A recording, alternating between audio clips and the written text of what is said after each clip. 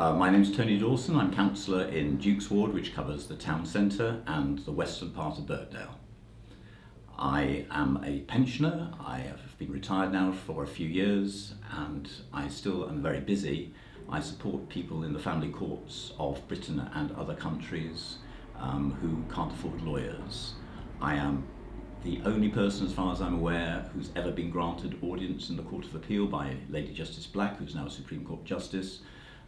But my majority of my work isn't in court. It is assisting people to put their own cases, whether it's in this country or abroad. Just recently I managed to get a parent to talk to their 8-year-old daughter who they hadn't spoken to for 9 months, and that's the sort of thing that I'm very keen to do. I came to Southport originally in about 1974. And stayed here a few years before going to Africa and other places abroad for several years. I returned here in 1992, and I've been in Southport pretty much the majority of the time since then.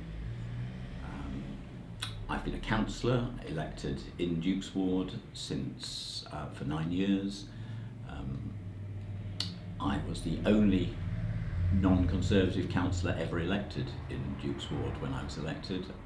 I had a fairly small majority when I was elected. When I was re-elected 4 years later in 2016, I increased my majority quite considerably, and I'm very conscious that my support has been across party. A lot of it's down to the casework which I've done, and also the campaigns that I've run. I was very active, for instance, in the campaign to try and save Southport's hospital services, which was partly successful. We got the majority of the hospital in Southport, but I'm very concerned that there are current threats to the hospital services in Southport. Well, actually, the most important issue probably is something which councillors can't do anything about, which is to get a decent settlement to the funding for elderly people. Duke's Ward has got the oldest population anywhere, and the government promised to review the funding formula for care when Boris Johnson came in, and it's still nothing's happened. That's hanging over an awful lot of people. Locally, I think because my ward contains the town centre in particular, people are concerned that the town should survive and thrive and be something that's welcoming both to themselves and to the outsiders. And so trying to manage the reduction in our retail within the town is very, very important. The Southport bid is very important to that. The town team is very important to that. It would be lovely if Southport's councillors and the people of Southport were important to that as well. Because one of the really difficult things is that Southport's effectively run as a bit of a colony from Bootle, and no Southport councillors are actually involved in the key decision making. I think people should vote for me because I have a record of taking up local matters and also exposing the things that go wrong and speaking the truth to power.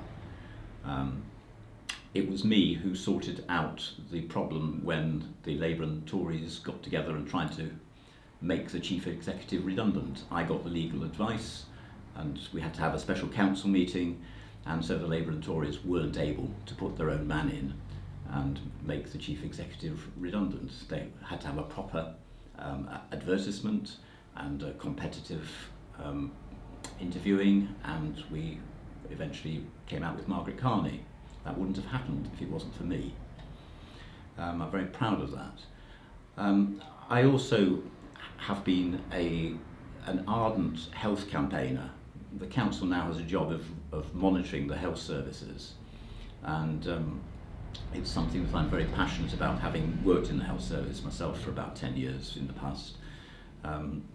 Southport's hospital service is on a knife edge. For the last 3 years, bureaucrats have been working in secret to determine how they think the services for the whole of Merseyside and Cheshire should be worked out.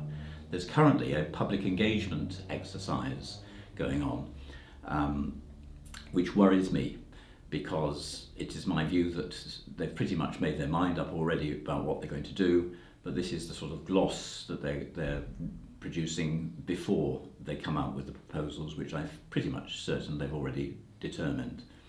And these are not going to be good for the people of Southport.